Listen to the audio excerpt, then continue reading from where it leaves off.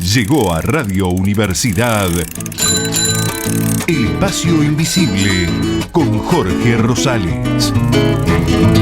Soy puntañito y el pueblo me acompaña. Soy puntanito y le canto a quien trabaja. Cuando sopla el chorrillero me hace un nudo en la garganta, pero este viento mañero me hace cantar con más ganas. Bueno, lo estamos esperando desde ayer a Jorge Rosales, así que lo tenemos. ¿Cómo le va, Jorge? Buen día, lo trajo el viento. Muy bien, estamos bien. ¿Ustedes? Muy bien. Muy bien, porque llegamos al viernes. Sí, realmente, y con mucho viento, como Sí, decís Maida. Viento, lluvia, No lo dejaba frío. llegar el viento, por eso. Claro, exactamente. Desde ayer que estamos esperando que llegue.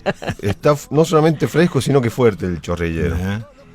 Bueno, como lo habíamos anticipado, el tema que vamos a desarrollar, ¿no? Pero esta vez no les voy a preguntar a ustedes como lo sé hacer otras veces, Ajá. cuando presento el tema, sino que lo voy a afirmar desde el comienzo. Ustedes han viajado en tren seguro desde San Luis.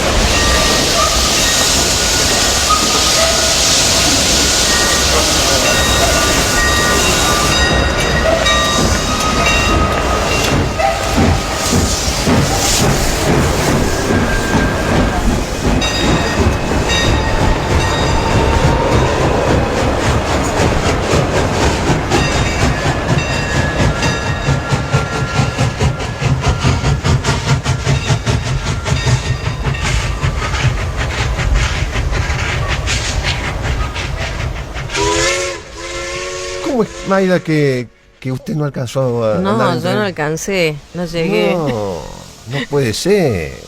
Pero sí, acá Lo Daniel nos perdí contaba. al tren. Bueno, pero lo has visto pasar. Sí, por lo obviamente, menos, claro. sí. Es más, he ¿No has ido a la acompañado. estación de trenes? Sí, En la avenida he La ido Fimur? a despedir a personas, pero yo no me he subido al tren. Está bien. No, me parecía que usted era más jovencita. Sí, soy jovencita que está insinuando. Que ya el tren en ese momento ya no corría. Pero Daniel acá nos contaba una experiencia interesante con Vos el tren. 90. digo. Claro, yo vine a San Luis en tren en el 86, vine a la provincia y más con la mudanza, porque era mucho En tren, todo en tren. Claro, era mucho menos costoso, digamos, venirte de Buenos Claro. Aires, venirte en tren y con todas las cosas era mucho más barato, y habitualmente en Buenos Aires tomo tren. Así que cuando me toca viajar, subte y tren son las maneras más rápidas para llegar a algunos lugares. Bueno, muy bien, entonces. Otra experiencia, ¿eh? Pero Sí. dice, un vagón ocupado todo con la mudanza. Así Pensé que era por él, ¿no? cuenta Daniel. Bueno, realmente una linda experiencia esto de viajar en tren, ¿no? Primero el andén, un mundo de gente entre quienes acaban de llegar y los que están para partir. A un costado, las carretillas con las encomiendas, haciendo fila para ser cargadas.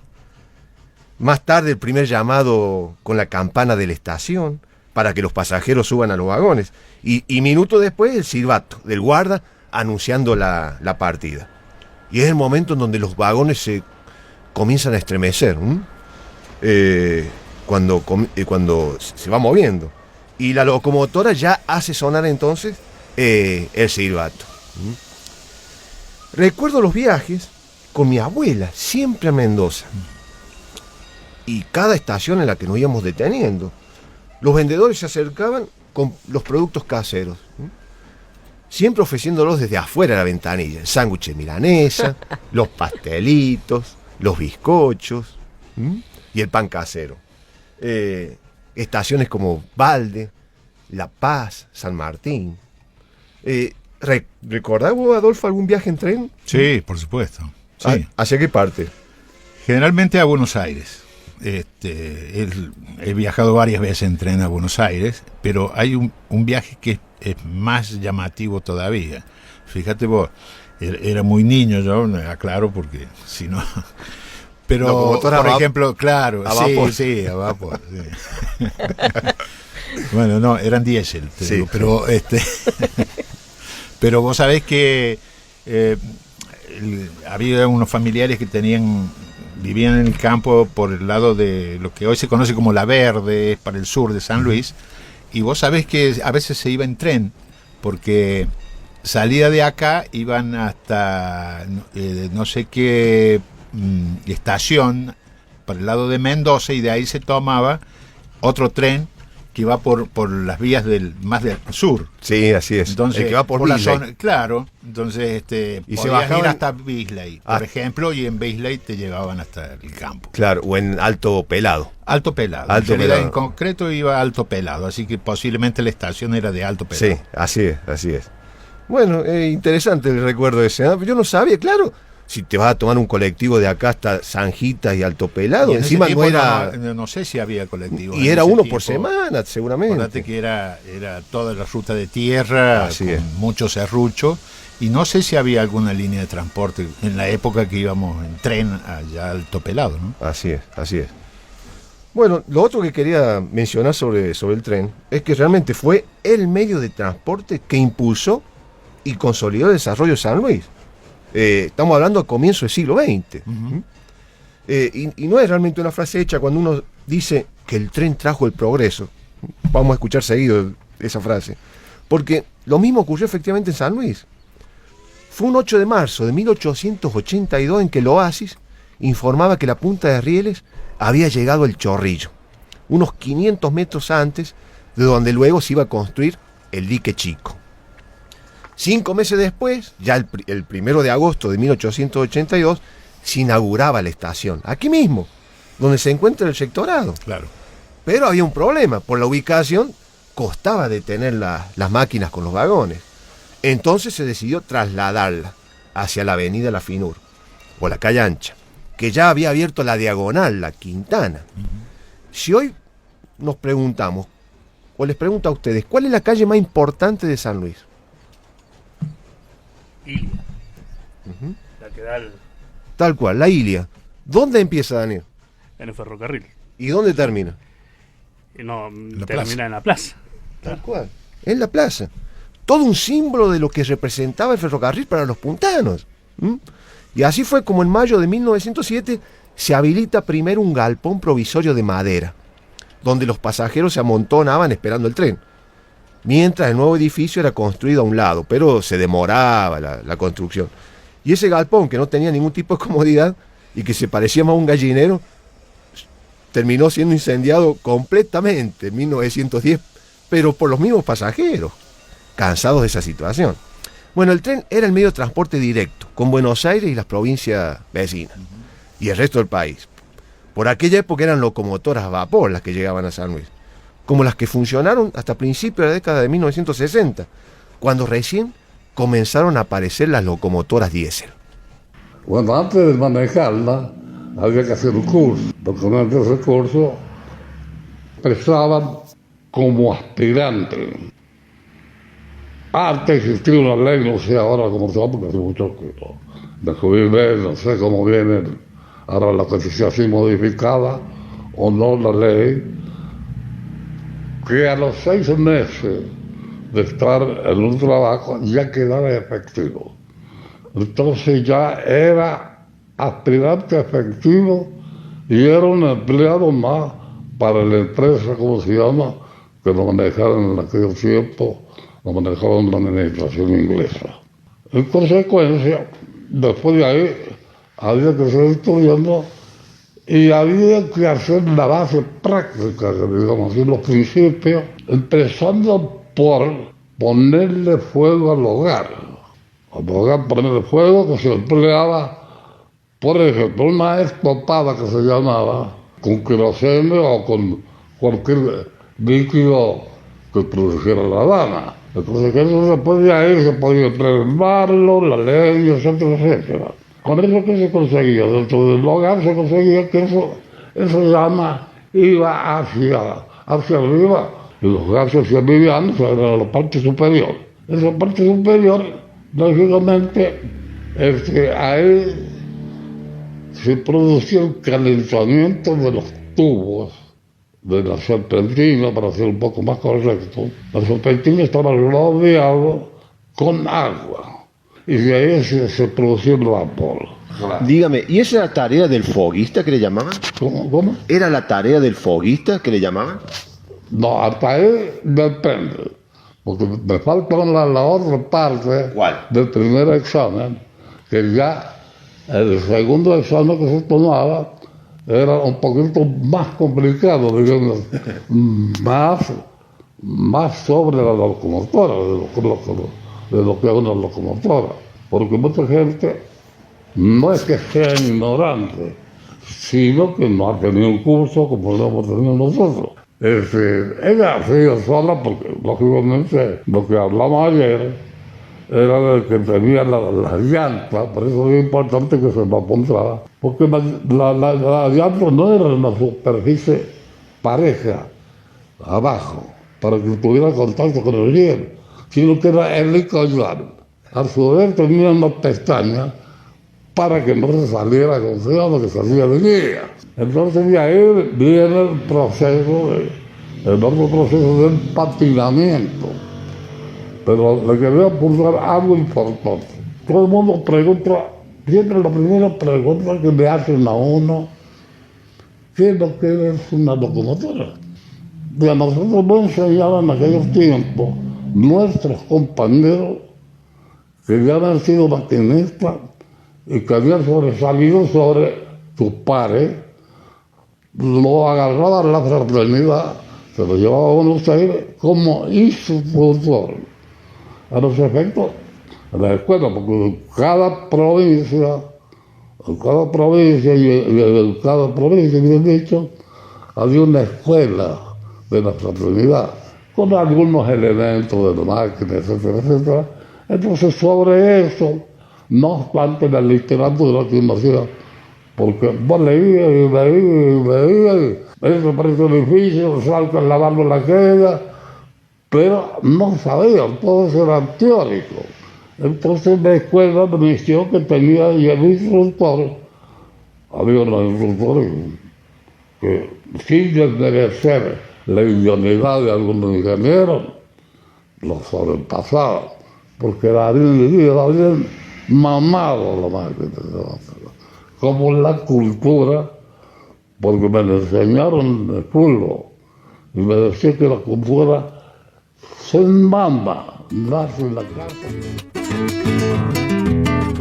Pablo Arnoux, 91 años Pablo. Ingresó a trabajar en ferrocarriles en 1949. Dice que terminó siendo ferroviario por mandato familiar. El padre ferroviario, sus 12 hermanos ferroviarios, los tíos ferroviarios también. Y a su mamá, él comenta con gracia, solo le faltaba bajar la barrera. ¿Sabe por qué, Adolfo? Porque ella ocupaba la casilla que estaba en el paso a nivel justo frente a la calle Europa. Claro. En lo que se conocía como la cancha del Brete. Arnoux, que llegó a manejar esas máquinas de vapor, nos hablaba de cuando la línea se llamaba Buenos Aires al Pacífico. Era de capitales ingleses. Anteriormente también tuvo por nombre Gran Oeste Argentino. Y en sus inicios, Ferrocarril Nacional Andino. Y fíjense la importancia que en 1920 tenía el tren para San Luis, que un movimiento de cargas del 30 de septiembre y el 1 de octubre, publicado por el diario La Reforma, detalla lo siguiente. Cacassi di Genaro. ¿Dónde está ubicado Cacassi di Genaro? Ayacucho y San Martín. Ayacucho y San Martín. 558 bultos de cuero. Los exportaba. E importaba 500 cajones de cerveza. Meñoni, 50 cajas de vino. Blanco, no vino blanco, el señor Blanco, que tenía un comercio también, 2 yeguarizos. Salvador Chada, 50 cajones de jabón. Di Genaro, 5 cajas de vino. Domingo Moyo, 50 latas de cebo. Luis Canyano, 5 fardos de alpargatas. Chávez, 11 bultos varios. Canyano, 3 bolsas de maíz.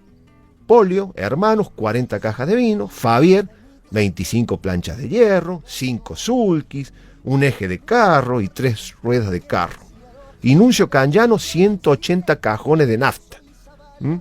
Todo en aquel momento, porque la nafta no existían, los camiones, los semi... Sí, el transporte. Del transporte claro. vial. Bueno. Los artículos que se comercializaban nos llaman la atención, como también las máquinas de vapor, esta que nos contaba Arnú, quien fue maquinista. Bueno, y así como estaba el maquinista, el foguista, también existía el puesto de cambista. ¿Conoce usted, Maida, qué es lo que era un cambista? No. ¿Cambia la vida? A ver, acá nos va a contestar Hermes. No tenía 18 años, pero no podía caer efectivo. Se encontró un efectivo después que vine el servicio militar. Entonces entré al ferrocarril. Y antes de entrar al ferrocarril, ¿usted qué hacía? ¿Dónde estaba? Estaba en la casa, paraba en la casa de un tío ahí. ¿En dónde? También en Huejeda. Mi familia vivía en Alto Pelado. Y yo paraba ahí porque mi tío estaba en la casa de él. ¿Y usted veía pasar el tren todos los días? Todos los días. De ahí mismo, cuando los sábados me iba a Alto Pelado, me iba a pie. Porque era la tarde, le daba servicio y hasta el otro día no me tomaba. Con toda la noche iba. Pero usted me contaba que también había trabajado en los desmontes. Y nosotros sí, ahí en Huejeda todo era leña y madera y tronco. ¿Sabes qué pasa? Que ese campo se quemó, todo el campo. Los 3 cuadros que ahí se habían quemado. Y había mucha leña seca cuando nosotros venimos ahí. Entonces todo ese tronquerío quedó. Y mi papá lo que hizo, lo había arreglado con el dueño del campo. Tratar de sacar todos los troncos, venderlos. O vendieron como leña seca. Nosotros los partimos. Cuando estaba el manual para manobrarlo, lo llevamos al ferrocarril. Lo mandaban en vagones. Así caramba. Y cuando usted estaba trabajando en el desmonte o cortando la leña, ¿se imaginó que podía llegar a trabajar algún día en el ferrocarril? Sí. El jefe de ahí los quería mucho a nosotros y siempre estaba jodiendo que fuéramos a platicar, qué sé yo. Mi hermano lo quería poco, el jefe. A mí, no yo iba a platicar. Me quedé efectivo ahí. ¿Entró realizando qué tarea en el ferrocarril? Hacer el trabajo que hace el cambista. Al prender las luces, la limpieza, todo eso hacemos nosotros en la estación. Los cambios, todo eso, cuando hay que hacer maniobra, todo eso se hace. Todo el trabajo en la playa se hace, lo hace el cambista. Bueno, Hermes Suárez, 92 años también. Igual que Arnú, un ex ferroviario que si volvieran a nacer, él asegura que elegiría el mismo trabajo. Tiene un montón de historias para contar, Hermes. Como por ejemplo cuando una mañana un inspector le encomendó una nueva tarea, ser guarda de tren. Y su primer viaje como guarda lo hizo en un coche motor, que precisamente no necesitan locomotora. El primer viaje lo hice en un tren, en un coche motor que va de Vía Mercedes iba a San Pacho, Río Cuarto, volvía. Iba a Maquena, y allá quedaba. Hay una combinación que había creo que era con el 7, es el local de Buenos Aires, que era todos los días. Esa es una combinación que había ahí, con ese tren. Después que pasaba ese tren, tomábamos nosotros servicio con ese. Y hacíamos el mismo recorrido de Maquena a San Pacho, y de San Pacho había Mercedes. ¿Cuántas horas fueron de viaje? 6, 7 horas nomás, no llegaban ni 8 horas. El trabajo es ese. Lo que pasa es que en la hora que nosotros llegamos dejamos servicio, no hacemos más nada. Hermes, ¿y de qué se ocupa un guarda? El tren está a cargo de él, por ejemplo. Es el 7 que corre de Buenos Aires a Mendoza, a San Juan. Ese es un tren como un local, para en todos lados. Ese tenemos nosotros de acá. De San Luis a al Rufino. Y del Rufino de acá a San Juan. Cuando venía de allá, de Cabaceres acá, algunas veces venían diagramas con un viaje a Mendoza, San Juan.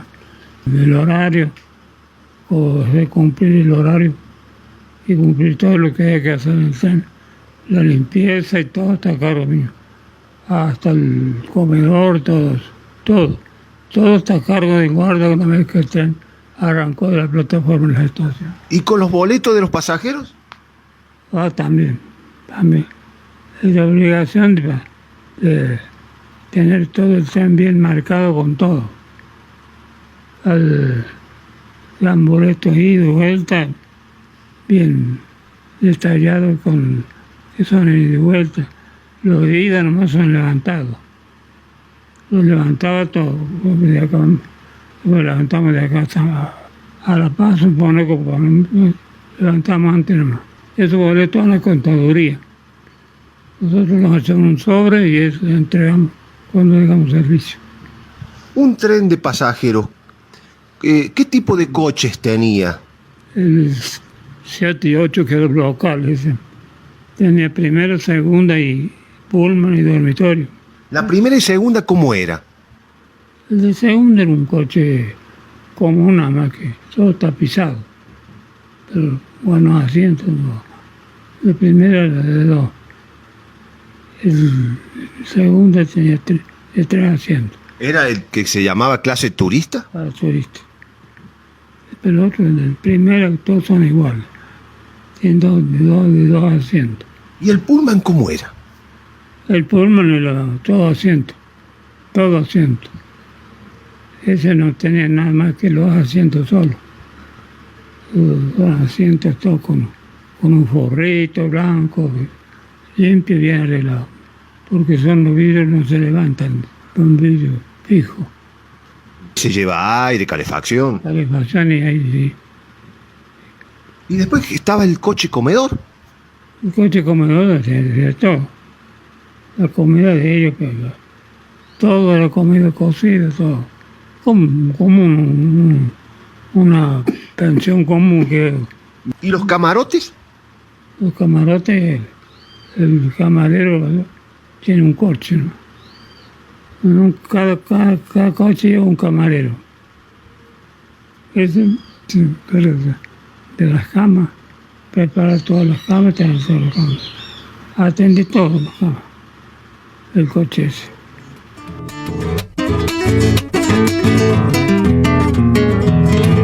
Soy puntanito, señor, y con orgullo lo canto. Bueno, quien hablaba en realidad es Hermes Suárez. Él ingresó a trabajar en el ferrocarril en 1944.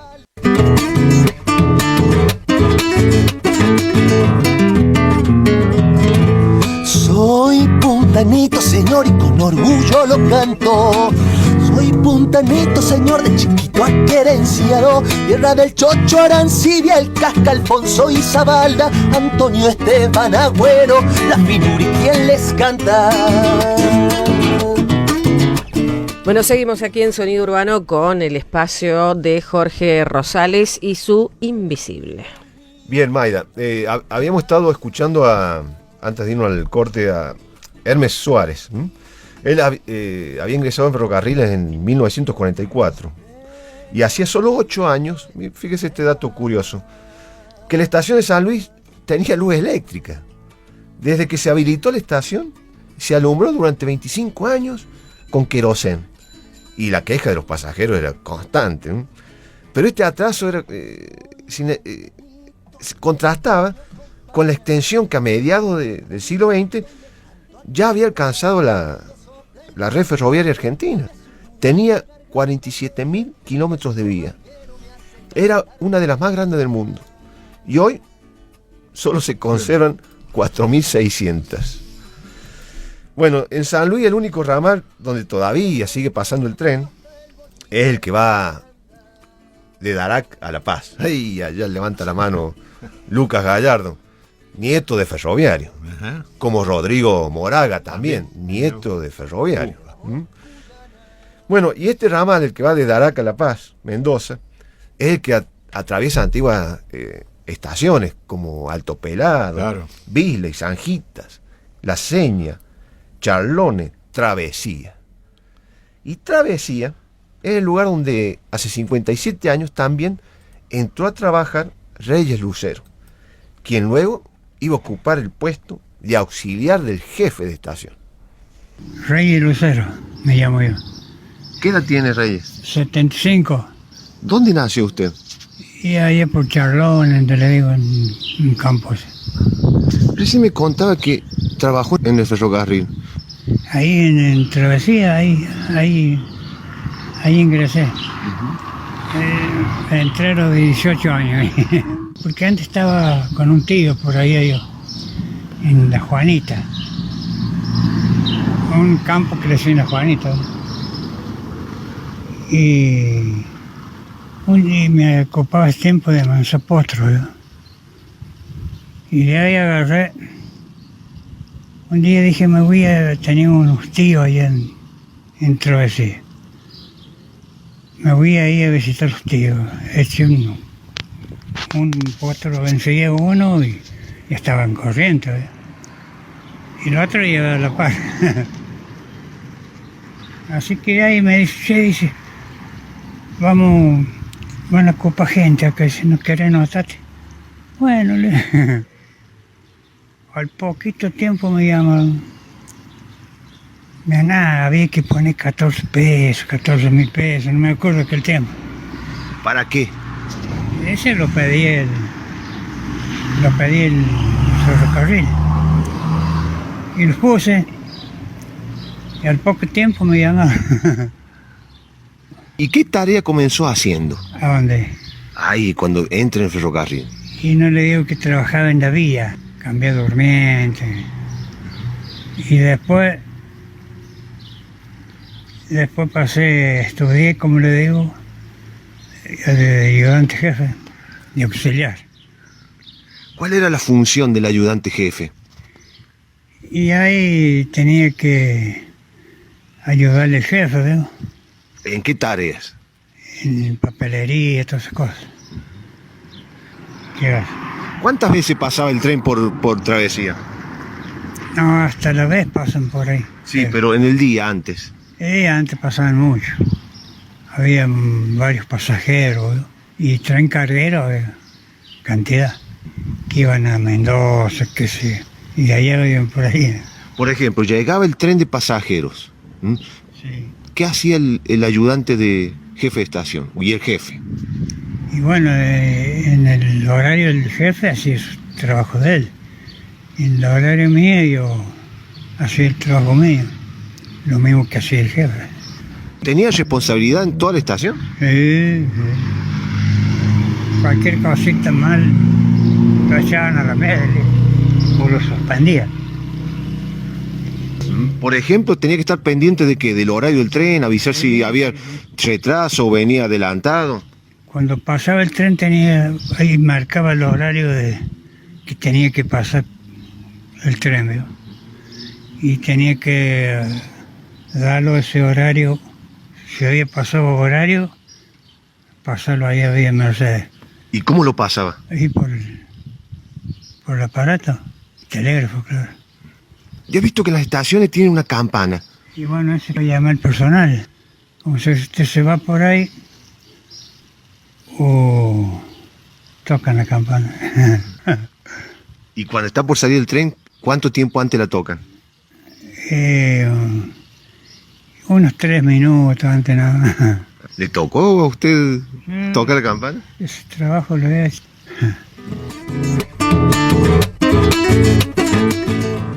Bueno, en febrero de 1947, durante la primera presidencia de Perón, todas las empresas ferroviarias privadas fueron nacionalizadas, ¿no? El decreto que firmó en marzo de 1948 reorganizó las antiguas compañías, incluyendo los ferrocarriles del Estado, en 8 líneas. La línea Buenos Aires al Pacífico, que pasaba por acá San Luis, pasó a llamarse General San Martín. Y 3 años después ingresaría a trabajar en Justo de Arac Fernando Selem. Primero fue practicante, luego ayudante auxiliar y relevante hebdomadario. Nombre raro, Silvana. En realidad, el hebdomadario es el que organiza los francos en el departamento de transporte. En el año 1951 terminé el bachiller. Eran tiempos bastante difíciles para conseguir empleo.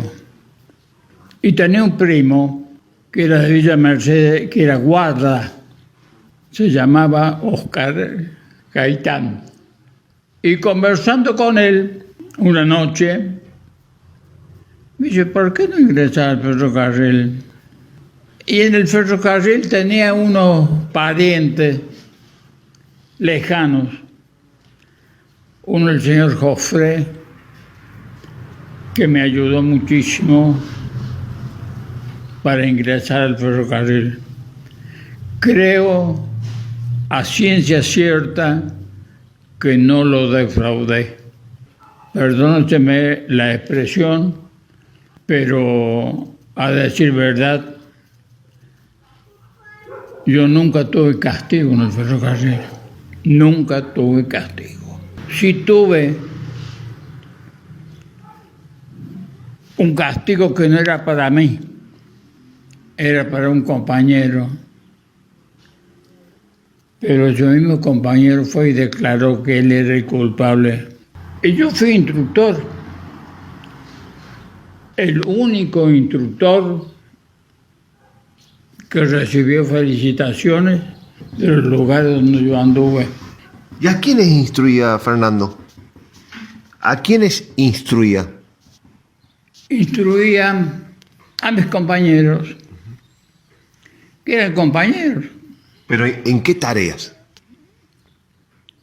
Nosotros, el Departamento de Transporte, incluía, entre otras cosas, conocimientos profundos en encomienda, carga, y yo llegué a buscar otros aspectos porque le daba curso a los de vía y obras, y también en algunas oportunidades a los mismos compañeros que estaban en la fraternidad.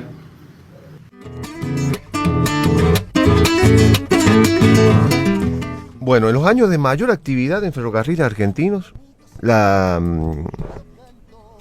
el flujo de trenes en Justo Arac era constante. Nos contaba Selem, quien llegó a ser vicepresidente de la comisión ejecutiva de la seccional Justo Arac de la Unión Ferroviaria. Hay que recordar que también estuvo y sigue estando la Fraternidad, que es el otro gremio que agrupa a los ferroviarios, Sí. y del cual don Pablo Arnú llegó a ser también representante en San Luis, como también presidente del Club Defensores del Oeste, originalmente llamado BAP, Buenos Aires al Pacífico, y al cual también se lo conoce como el Expreso.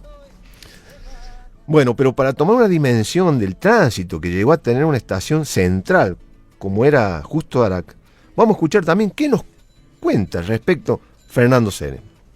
Llevamos la dirección de los trenes. Cada uno tenía su oficina aparte, 3 oficinas había en Villa Mercedes. Estaba la zona centro, que era la nuestra, que influía primordialmente dentro de la Bulaye, Justo de Arac, La Paz. Por San Luis, La Paz, por San Luis y por Virley. Y teníamos la otra zona que era la zona de las líneas secundarias, como por ejemplo el tren que iba a Villa Dolores, el que iba por el sur, por el lado de Batavia, y empalmaba en Mercedes, provincia de Buenos Aires. Estamos hablando de una época en donde el tráfico de trenes era constante en Villa Mercedes. Mire. ¿Cuántas veces pasaba el tren por la ciudad en el día? Miren, Avanzada era una estación terminal de tráfico de cargas. Cuando nosotros estábamos en el control 1, que llevaba justo a la Bulaye, y llevaba el corredor secundario que era entre Villa Mercedes, San Pacho, Río Cuarto. Ese era el el trabajo, digamos, más fuerte. Y después teníamos el Control 2, que iba desde justo Darak a Beasley.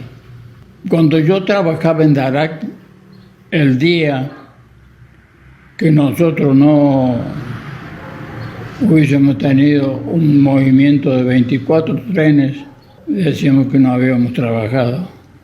Justo Darak, yo no tengo la mayor cantidad de trenes, pero hubo un auxiliar, Benítez, que una noche de nevada y de un descarrilo tuvo 37 movimientos de aparatos block. Le explico lo que era un block.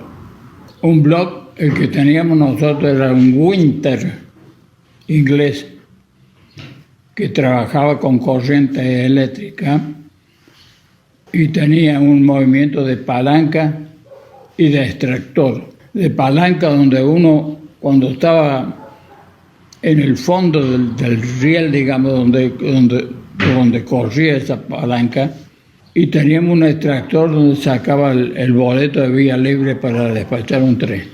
Yo, cuando estaba en Justo Darak, también llevaba el listado del personal de máquina y guardas para saber la disponibilidad que tenían, quiénes eran, si eran locales o si eran de otra residencia.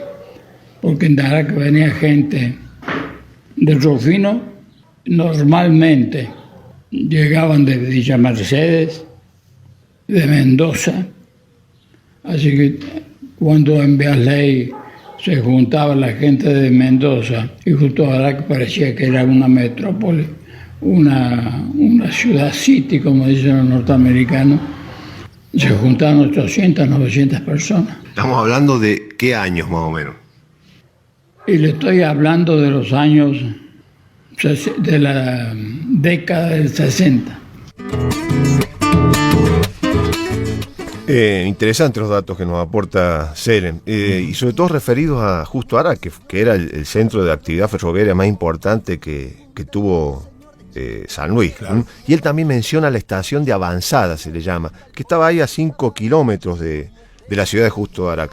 Y hablando de Justo Darak, hemos recibido unos datos, ¿cierto, Maida? Datos muy, muy interesantes realmente, ¿no? Porque nos cuenta Luis Edgardo sobre el tema de los ferrocarriles. Y bueno, nos muestra también una mesa de señales que habían diseñado para entrenar a los aspirantes de la fraternidad. Él cuenta que la hicieron en la casa de su abuelo y fuera de horarios de trabajo. Otro compromiso, otro amor por lo que se hacía, según lo que cuenta Luis Edgardo. Después, bueno, se puede investigar obviamente sobre esto. Después hay fotos de máquinas vaporeras que durante muchos años surcaron Justo Darak, y el paso del tiempo y decisiones que mejor no acordarse, se desguazaron para fundirlas. Esta en particular dice que se encuentra en Huinca Renancó, que podría haber sido para ubicar en la plazoleta de ingreso a Justo Darak, al lado de la rotonda de ingreso. Ese había sido el proyecto que no se pudo lograr. Y después habla de otra de las fotos que aparecen operarios de épocas en playa de reparación, entre ellos el señor Godoy. Menciona varios y muestra varias fotos. Después muestra de los ferroviarios almorzando en Justo Darak, y muestra, por supuesto, esta mesa de señales que está en la fraternidad de Justo Darak, que te invito también, Jorge, a que subas todas las fotos. Las vamos a subir. La verdad que está muy interesante todo lo que nos muestra y te envía Luis Edgardo. ¿Y el apellido cuál es? Vitale, ¿no? No Sí, tengo Vitale. aquí el apellido. Vitale. Se le dio Edgardo. Y una mesa de práctica, de instrucción que nos apunta Lucas, que la siguen empleando. Ajá. Bueno, y como para ir cerrando este informe, en realidad es una historia que ustedes ya la saben. Entre 1993 y 1994 pasan por San Luis los últimos trenes de pasajeros, sin horario fijo. Van saliendo de Mendoza, Buenos Aires, cuando se llenan los coches, y por la sola determinación del personal de ferrocarriles, que resiste la disposición del entonces presidente Menem de ramal que para, ramal que cierra. En realidad, la situación del ferrocarril argentino venía agravándose desde hace tiempo, hace 20 años atrás, cancelando destinos y sobre todo por la falta de mantenimiento. Todo esto derivó en un estado de deterioro de que ya no se iba a poder recuperar. Y bueno, y fue privatizada por Menem, entre 1991 y 1993. Bueno, y con esto llegamos al final. Antes de sí. despedirnos, te quiero comentar que también te mando un saludo Quique Tovares, que está muy atentamente escuchando el programa, ¿no? Quique, colega periodista, Exacto. Quique. Así Muy que, bien. bueno, Para él también otro saludo. así es. Bueno, y con esto llegamos, decía, al final de hoy El Invisible, aquí con Jorge Rosales. Recuerden que después todos estos audios se suben a la página de Sonido Urbano y también a la página del Invisible Alto Pencoso.